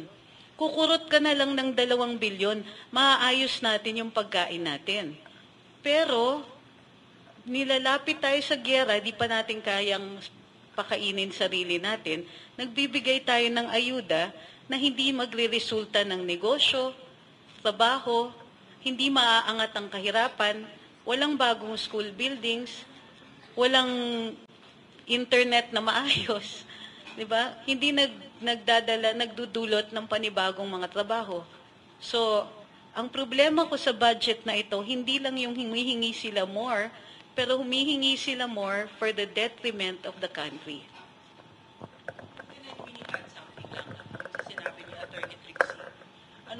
Puwera pa doon, yung 500 billion na unprogrammed funds na yon, bawal sa batas yun. Sinabi na ng Supreme Court yon. Pero tuloy-tuloy pa rin sila. Hindi sila nahihiya. Ang sinasabi nila sa Pilipino, they are above the law. They can do whatever they please with this country. They can rape us. Diba? So on top of all of this katiwalian, yung batas sa kanila wala na. Paano yun? Diba? Ano pa tayo? Diba? So yun yung pinagagawa nitong administrasyon na ito. Okay, thank you po. Thank you po sa ating mga resource persons. So, siguro po, in behalf po sa press conference, we will give our press 3 more questions. Yun pong mga leaders natin ay mamaya po after the lunch, we will give you enough time para po makapagtanong sa ating mga resource persons. So, our next question from Ms. Joy Vibre. Magandang umaga po, Attorney Doc Lorraine, Attorney Glenn, Attorney Trixie, and Attorney Vic, and to everyone who's here. Gusto ko lang po sanang itanong, what can you say about, kung matatandaan po natin, before this movement started, PRRD spoke about the yung mga kasama po ni Inday Sara who are raising the issue on confidential fund. And he said na kung korupsyon ang pag-uusapan natin dito, ang legislature, kayo ang pinaka-corrupt na institusyon.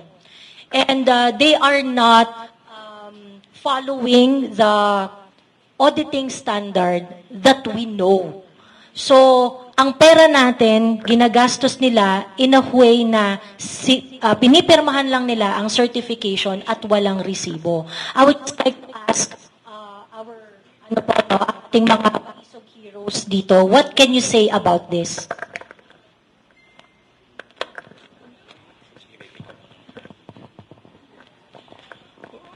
I agree with the observation of PRRD, and I think CPRRD is just echoing the sentiments of most Filipinos.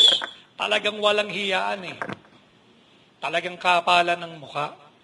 Imaginein mo, question sa isang programa sa SMNI kung paano ginagamit ang pondo doon sa Office of the Speaker. Anong ginawa? Ikinulong si Lorraine, ikinulong si Eric. Bakit? Tayo ba'y santo na hindi pwedeng tanungin? Ang soberanya ay ang Pilipino. Tayo ang soberanya. At karapatan dapat nating malaman kung paano ninyo, di bali kung ginagastos kung paano ninyo linulustay yung kada 5 na nagmumula sa buwis ng mga pinagpapawisang Pilipino araw-araw para lang kumita at merong may uwing pagkain sa kanilang pamilya. Yan ang pakiramdam ko. At alam ko, pakiramdam din ng maraming Pilipino. Saan kayo kumukuha ng kapal na muka at kapal ng apog? Lustayin yung pera ng Pilipino.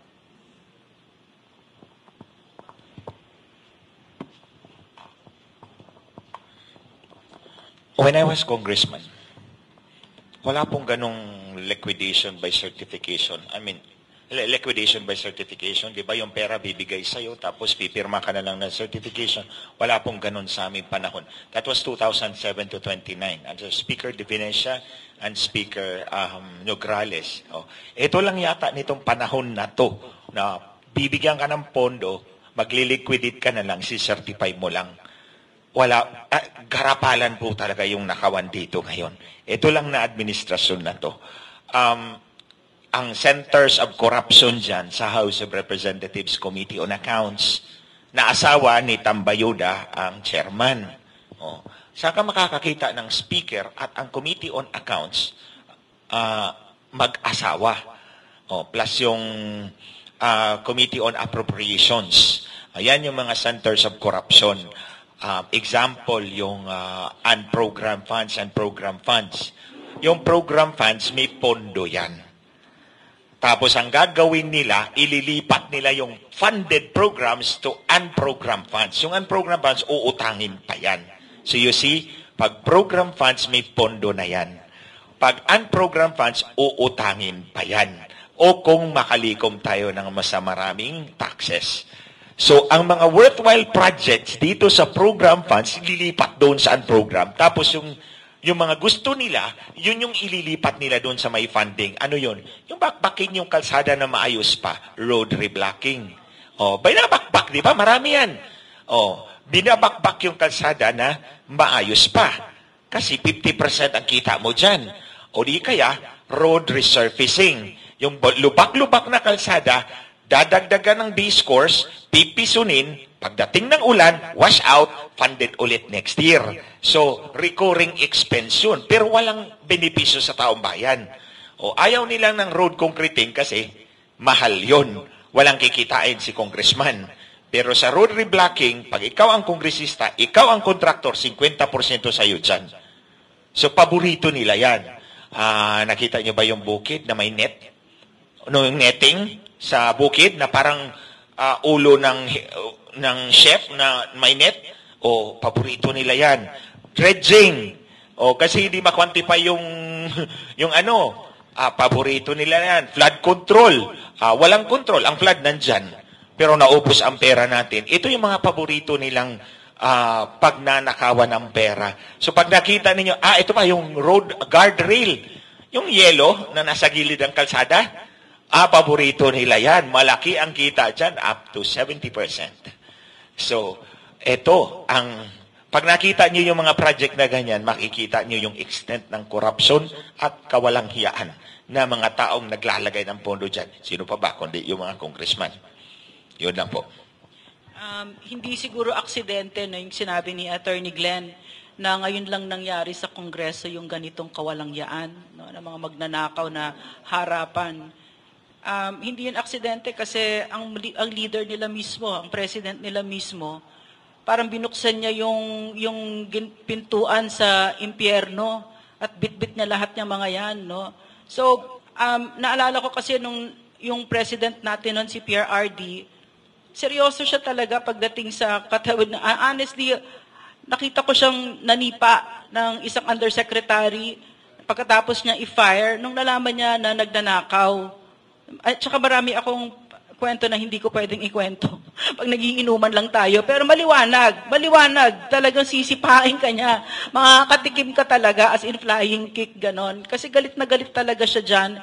At saka, ang nauuna, ay siya. Siya ang nauuna na simple ang pamumuhay at hindi siya magnanakaw. At saka yun nga, yung marching orders niya sa amin nung kami nag-take oath of office na number 1, huwag kayong magnakaw sa Pilipino at number 2, magsilbi kayo ng maayos. At yung buhay namin noon, nagtatrabaho kay PRRD, napakasimple talaga, payak. Kung ano yung totoong, kung ano yung kinakain ng Pilipino, yun ang kinakain namin noon. No? Hindi katulad ngayon, steak, lobsters, prawns. Pag pumunta kayo ng Malacanang, araw-araw buffet, na walang kahihiyan itong mga ito.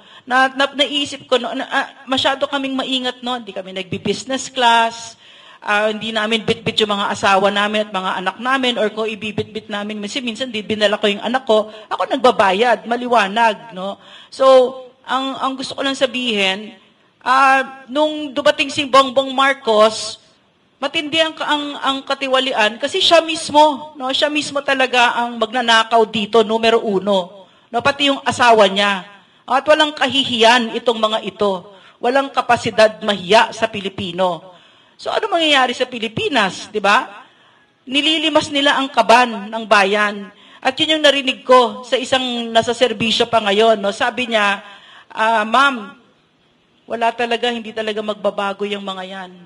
Nandyan sila, umupo sila dyan para magnakaw. Wala naman ako sinasabing hindi nakakagulat sa inyo, di ba? Ang nakakagulat dito yung kakapalan ng mukha nila. Back to back yung PCSO, di na nahiya, no? At saka yung 90 billion ng PhilHealth. I could go on and on. Napakadami mga magnanakaw na mga ito. So, nagkamali tayo. Kasi nung lumalaki ako, ang dinig ko, Marcos, Romualdez, magnanakaw. Pero binigyan natin ng chance, no? Nagbago ako ng isip, sabi ko, sige, give a chance. Kasi sinabi ni VP Pero mali, totoo pala. Talaga nasa kalamnan nila, mga magnanakaw itong mga ito.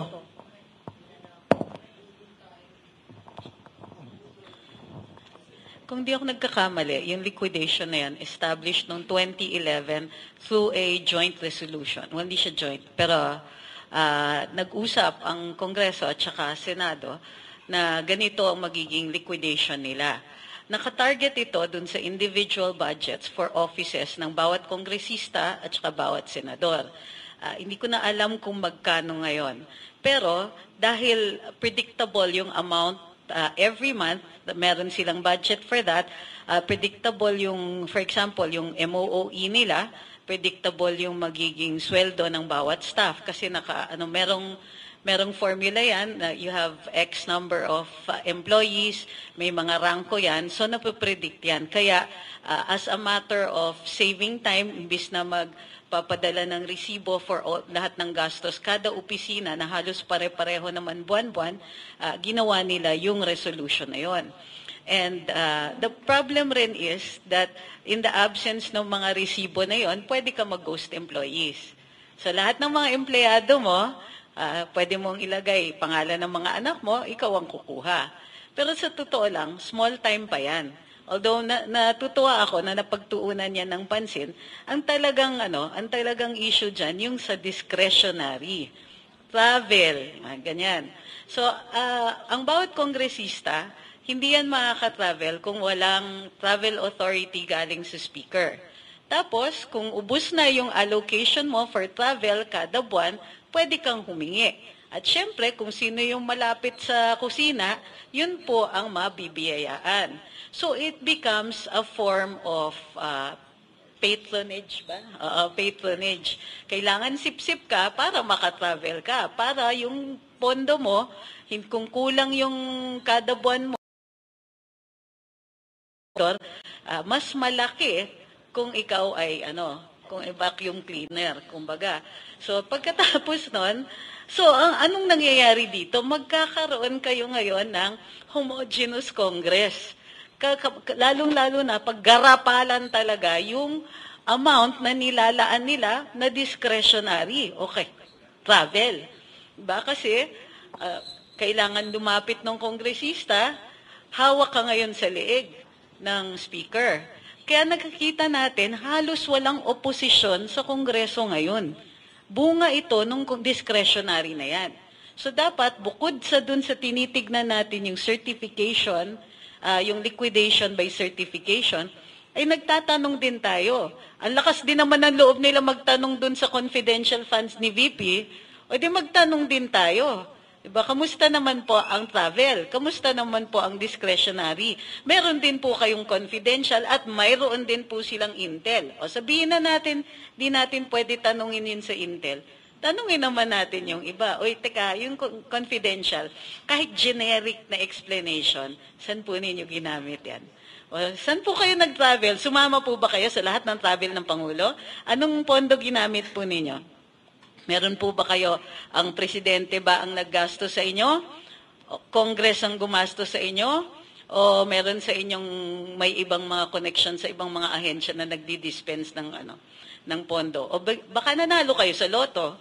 Hindi natin alam. So, yun yung So, in addition to dun sa certification, liquidation by certification, I think we have to ask dito sa mga sa mga discretionary nila. Meron na akong idadag, meron akong information na doon sa House of Representatives, kapag mabigat yung panukalang batas, binabayaran sila ng 1 million kada boto. Kapag hindi masyadong mabigat, 500 o mahalaga, 500,000 per vote. So isa pa yan na dapat natin bantayan. Hindi po yan nangyari sa panahon namin. Pero ngayon, doon sila nagpipila sa opisina ng asawa. Pero lang ako, last na. Meron kasi akong gustong basahin. Marami nagpapadala sa akin ng mga messages. Ito yung isa sa mga message galing sa ordinaryong mamamayan. Sabi niya sa akin, with former President Duterte, di ko po naramdaman ang hirap. Right now, napuputulan na kami ng kuryente, delayed ang payment ko sa bills at nagkukulang na po ang pambili ng food. Yung mga buwaya sa Kongreso na yan, imbis na pumunta dito sa mga kababayan natin, sa mga napakalalaki nilang mga tiyan dyan na pupunta yun. We have to make that connection. We have to really make that connection. Naghihirap ang taong bayan kasi itong mga kongresista, mga magnanakaw. No? So, that connection is very clear. That has to be very clear. And it has to go all the way up to Malacanang.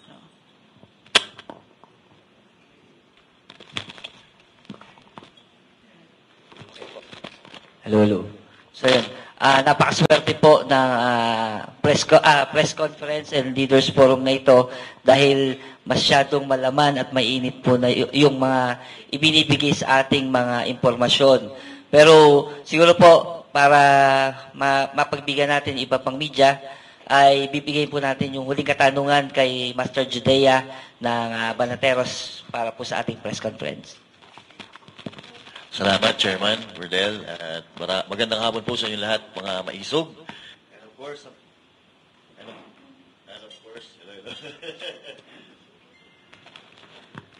hello. Yes, and of course, dito sa mga future senators natin. Well, itong tanong ko po ay dinidirekta ko po kay Sir Manny tsaka kay Sir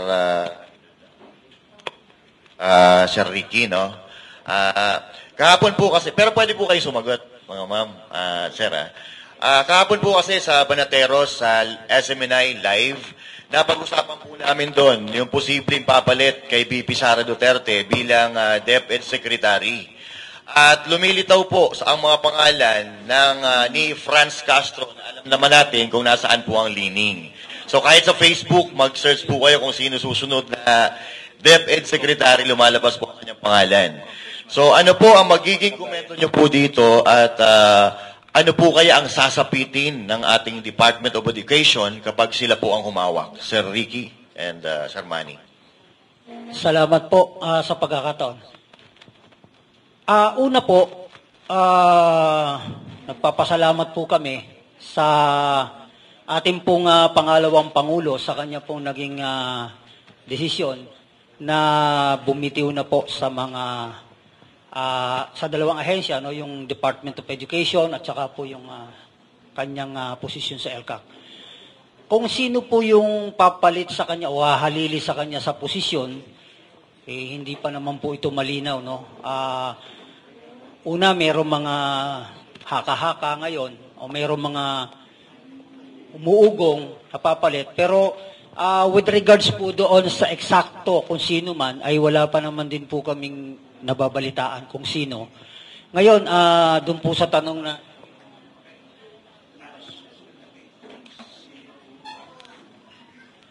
yung pong binanggit na pangalan, Franz Castro, ewan ko sa Makabayan Black yata ito, kung di ako nagkakamali.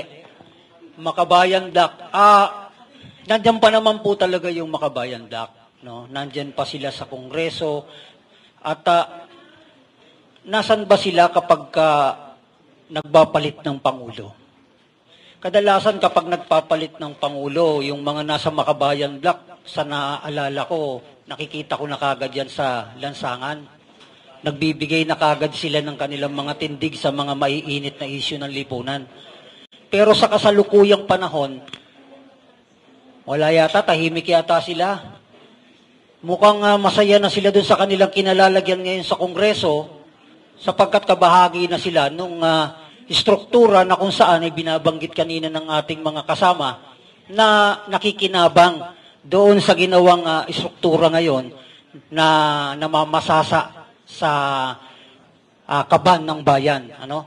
So, panawagan sa kanila, to sa mga nasa Makabayan Black, imulat niyo yung mga mata niyo sa nangyayari sa kasalukuyan sa ating bansa.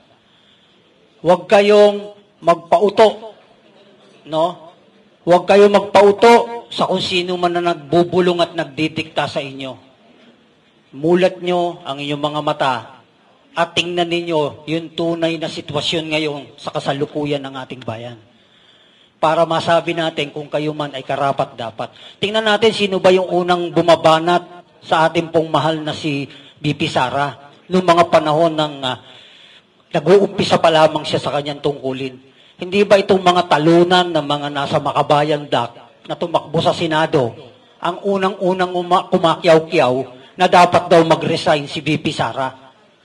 Hindi na nahiya itong mga taong ito. Sana kapag nagsasalita itong mga nasa Makabayan Black, ay nakatapak pa yung paa nila sa lupa at nararamdaman pa nila kung ano yung nangyayari sa kanilang kapaligiran. Hinahamon ko po yung mga nasa Makabayan Black. Itapak nyo muna yung paa ninyo sa lupa bago po kayo magsalita.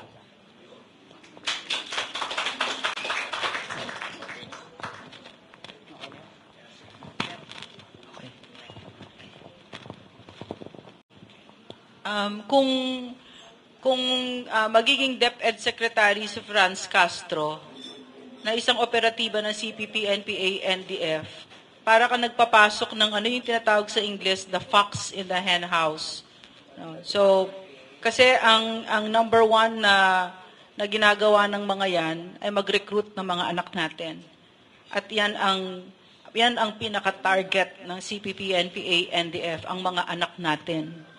So, kaya tayo grateful nung si Vice President ay DepEd Secretary at NTF LCAC Co-Vice Chair kasi maliwanag na maliwanag siya kung ano ang CPP, NPA, NDF at mas mahalaga kung ano yung proteksyon at depensa na kailangan para sa mga anak natin, para yung mga buitre na yan, kasama dito yung mga ibang problema, no, katulad ng drugs, etc., ay may poprotektahan ang mga anak natin.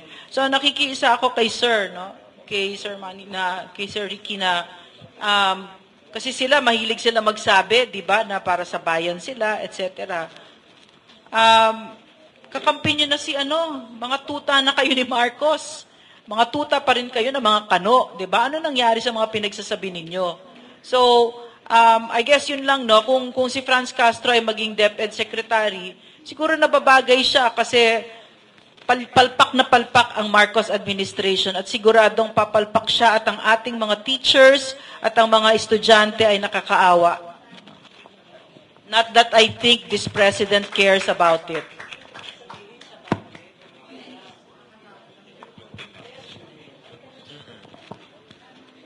Okay na po. May follow-up question po. So, may follow-up question po ulit kay Master Judea. Magandang hapon po ulit. Ang question ko po, last question is, ano po yung plan? Ano po yung susunod na event natin? Tatalo na po ba tayo sa Metro Manila o dito muna tayo sa mga gilid-gilid? Sa mga probinsya? Kahit sino po, pwede sumagot.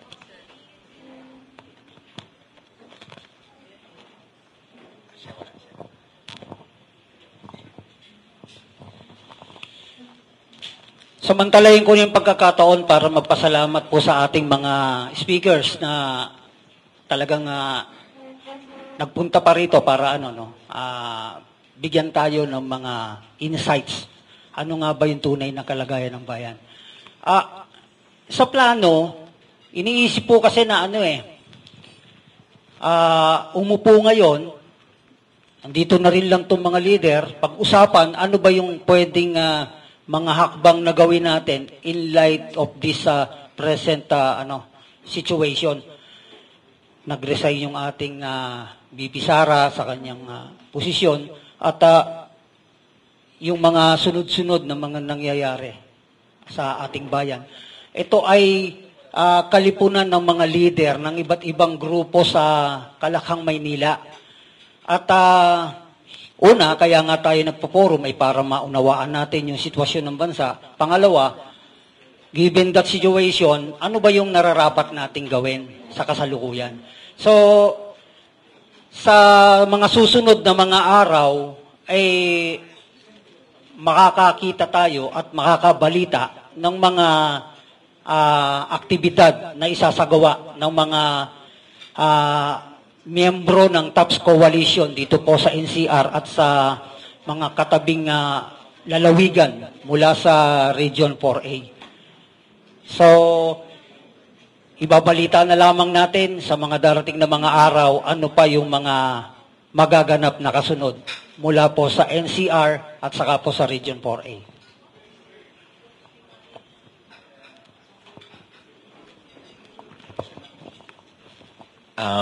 Kami po, sa Maisog Rallies and TAPS Forum, nagvo-volunteer lang po kami as speakers. We don't know exactly kung saan ano yung specific direction.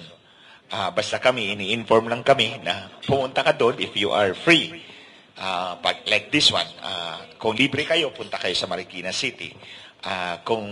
Basta si Perdel, meron niya siyang silistahan lahat doon. So we just confirm kung available kami. But ang mahalaga kasi is, we are speaking to community leaders tulad po ninyo. Mahalaga po kayo sa laban na to. Because we are not talking only to an individual. We are talking to a leader. A leader po ng ating komunidad. Because yung impormasyon na ibibigay po namin sa inyo, kailangan natin ipakalap yun sa ating mga kababayan. Because we cannot fight kung hindi natin alam kung anong pinaglalaban natin.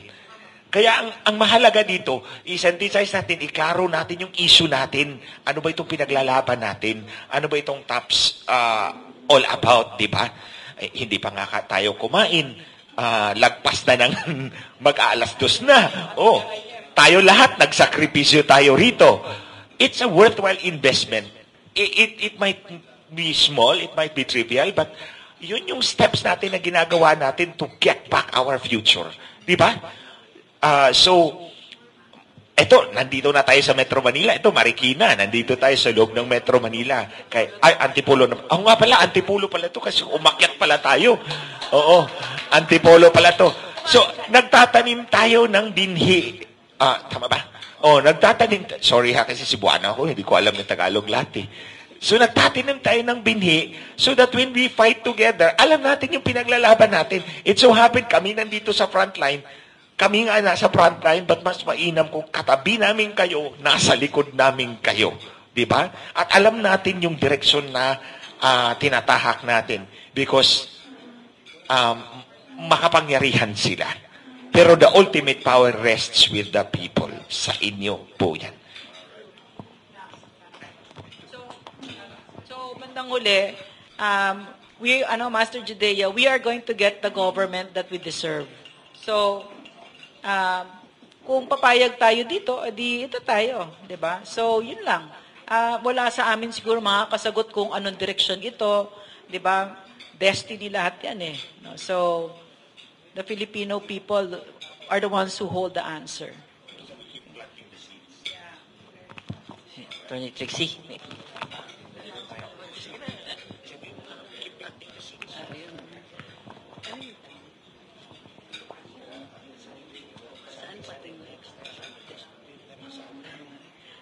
Alam nyo, the reason we're here is kasi may storya kami. Lahat kami, meron kaming kwento. Attorney Vic at saka ako, galing kami dito sa administrasyon na ito. So, first-hand, front seat witness kami sa how we lost our way. Naligaw tayo. Ang ganda-ganda ng mga, di ba, hopes and dreams tayo eh. Itutuloy natin yung naumpisa ng dating administrasyon. Pero, nandito kami because, well, parang parang meron kaming, anong tawag doon? Survivor's guilt? Kasi, na-survive daw, lalo na ewan ko kay Attorney Vic, pero ako survivor's guilt talaga. Nanggaling ako doon sa administrasyon, at nung nagserbisyo kami ng buo, taus-puso, buo ang puso namin manilbihan sa taong bayan, sa buong pag-aakala na itinutuloy natin yung naumpisahan sa dating administrasyon. So, ang dito is, kumbaga, survivor's guilt, dahil buhay pa kami, kailangan namin ipalaganap yung mensahe. Nandito din po kami in a unique position na makita kung ano yung problema at kumbaga maipahayag kung saan nalilihis yung ating gobyerno.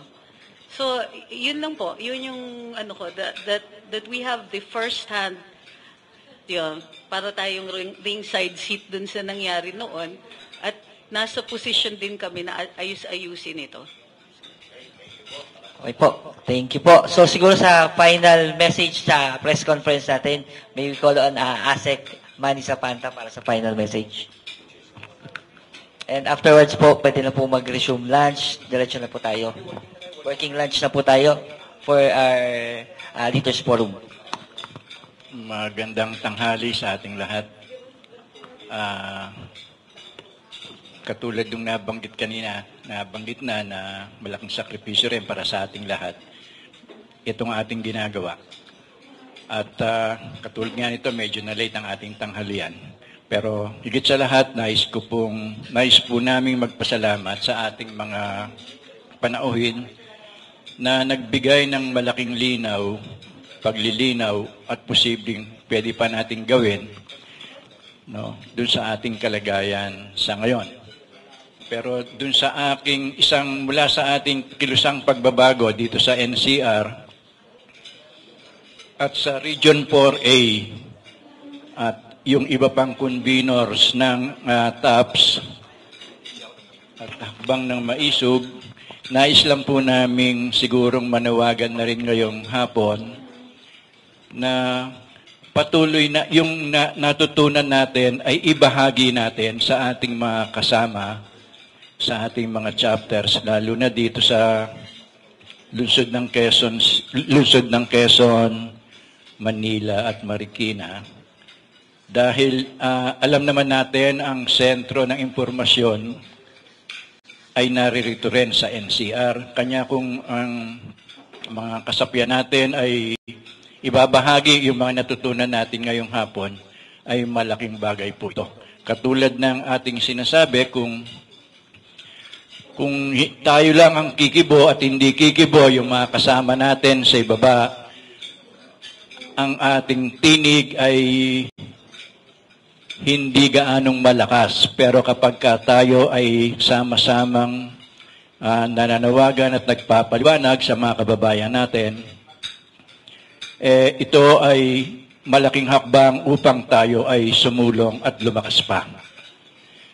Babanggitin ko, katulad ng sinabi ni Attorney Vic kanina, na ang kailangan ng sambayan ng Pilipino ngayon ay hindi digmaan. Mas kailangan natin ang sapat na pagkain sa mamamayang Pilipino, sa pamilyang Pilipino, at higit na maraming hanap buhay para sa lahat, nang sa gayon ay magkaroon talaga ng tunay na pagbabago at panghuli yung kanyang panawagan na itigil na ang korupsyon sa ating pamahalaan. Ngayon, ang panawagan natin ay ipalaganap po natin ang ganitong kalagayan at ang ating panawagan na kumilos tayo dahil tayo rin ang dapat kumilos, hindi natin maaasahan yung karamihan sa mga namumuno natin ngayon. So maraming salamat po. Okay, thank you po, Asik Manny. And while we are waiting for our resource persons na makapag-lunch, mag-lunch po tayong lahat. Mamaya po, yung second part ng ating program will be focus on our resource persons sa mga personal po nila mga pahayag. Then, babalik po tayo sa questions po natin. No? Tanong po natin directly sa ating mga resource persons kung ano po yung mga direct na gusto nating itanong. But in the meantime, open po tayo for other topics natin habang nagla-lunch. Kung sino po yung mga gustong magbigay ng kanilang mga comments or opinions. Tito, may gusto kayong sabihin? Ha? Pwede po kayong magbigay ng komento muna kasi pagbigyan natin yung mga resource persons na makapag-lunch muna. Yung mga may gusto pong italumpati, mga gustong sabihin, mga kahinaingan sa ating, since we are all leaders here and represent po natin ang different organizations. No, so pakilala lang